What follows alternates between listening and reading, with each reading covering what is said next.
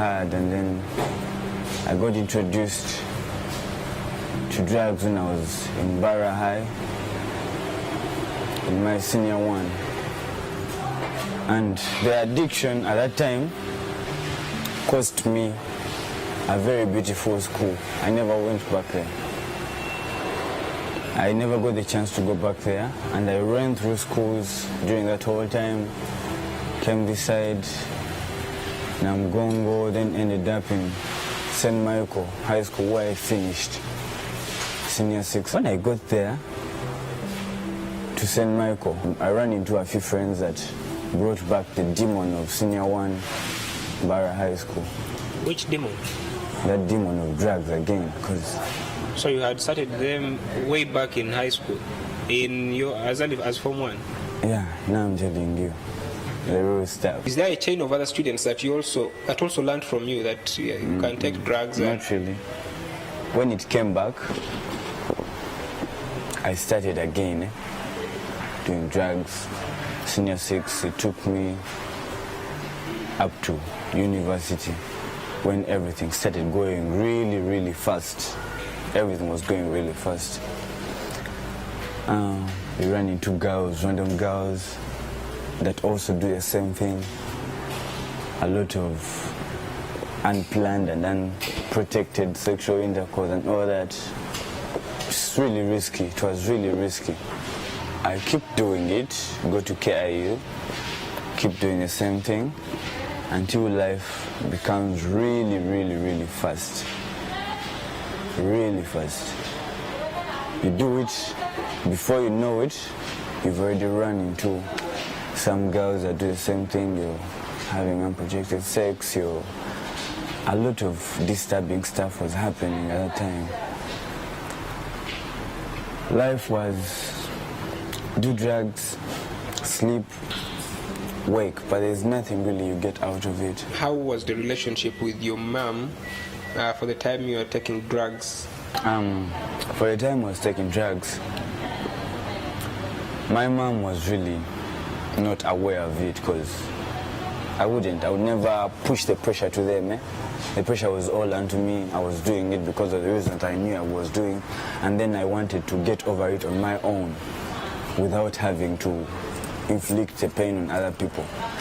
So no one in my family was really affected. My mom started noticing the inconsistency in my life, because I was rarely home, and then even tuition was going down because she has 3 other brothers of mine to take care of, younger ones, that I would really want to have a bright future. So I sacrificed mine and said, let me start doing something I love. And all I asked for her to do for me was give me a laptop, and she bought me one. I started doing graphics commercially, earning money from that stuff. Who taught you graphic works? It was just mental. It was mental. I think it's a talent. It's not something you learn. Even if you learn it when you don't have the talent of being creative and doing this and that, you can't really have it. Yeah. So when I start doing graphics, I struggle really a lot, and my mom supports me so much. She didn't even know I was doing drugs at the time. She didn't. But I knew it, and I felt bad about it. How is it possible that you felt bad about it, yet you were continuously doing it? It's because I wasn't doing it to hurt her. So it wasn't about anyone in my family. That's why they weren't affected at all. What was your turning point? Turning point was when I was doing drugs and drugs and drugs every time. Like, it was uncontrollable, and then I was not even earning any money at all. I was broke. I was very, very small. So how would you buy the drugs? There's so many channels of buying drugs in town here. So many. Very many. Yeah? Did you steal from anywhere? No. I didn't steal. You know, when you have friends that lead you into drugs, somewhere, somehow, the money comes. The money for the drugs is there. And they're cheap. And they're really, really cheap. The money always shows up in some way.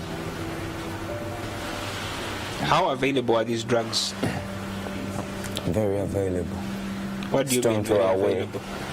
One step, like that. Like you just need them, you have to get them like ASAP. You had suppliers. I think that's information for the police. Okay, continue the story. That's information. But I won't really say I had suppliers because, like I said earlier, I wasn't really an addict. I was just someone who was pressured into it, and the few friends that led me into it kept giving me whatever they were giving me. I even had no idea where it was coming from, but all I know is that it was very available during that time. So I get done with drugs at the time when we got the drugs and took them, and then we had this urge to party, like let's go out and party.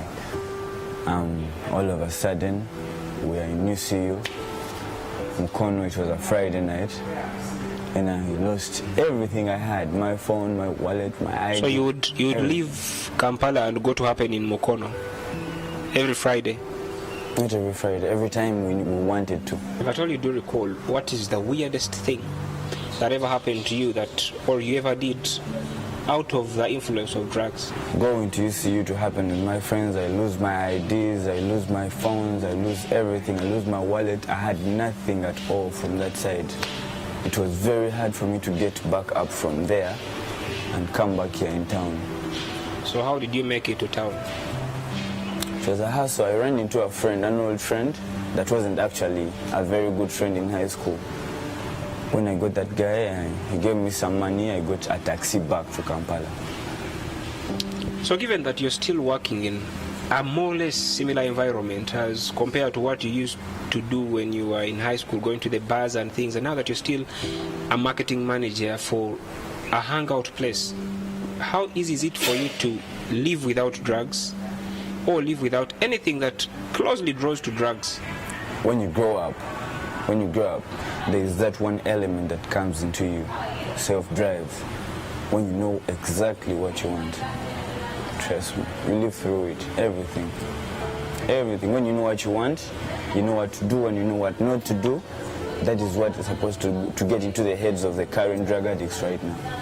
Self-drive only. So what about alcohol versus drugs? Alcohol is not really a drug. What is it? It's not a drug, it's just, something natural that people take to celebrate something, probably. That's why it's always that function. You know, a drug addict would also give you the same reason that I do drugs to celebrate, to do this. I've been one. So alcohol is different. Have you ever seen, say, a wedding where they serve, say, cocaine, say, weed to people? Have you? No, maybe not. Maybe. Not. Is there a possibility that you might have seen one? Maybe a not. wedding. See? Okay, besides peer pressure, what other factors motivated you into succumbing to taking drugs or using drugs? Wanting to get the girls to call you cool. Yeah. When you're with the cool people, of course, you're cool. Do you think every girl would accept someone that is taking drugs? It's a generational problem. The media has wasted it, has wasted the ethics of humanity.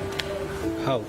It has wasted it. All you see on TV is music that people love. The music, within that, the content is just about drugs, smoke this, get high, what? Be nice, be cool. So everyone that is watching the TVs from, I think our generation, we've grown up watching that. I know of some friends that they don't watch television, but they're taking drugs. Not watching television right now.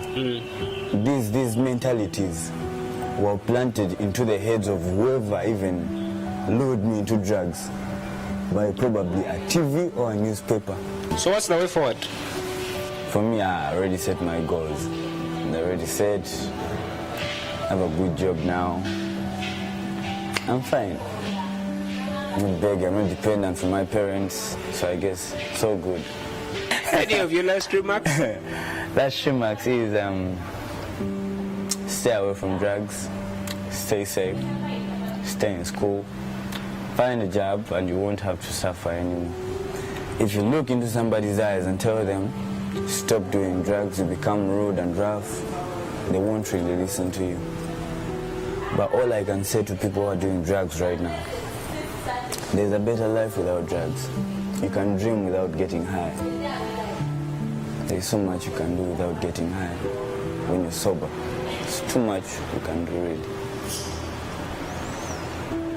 Continue.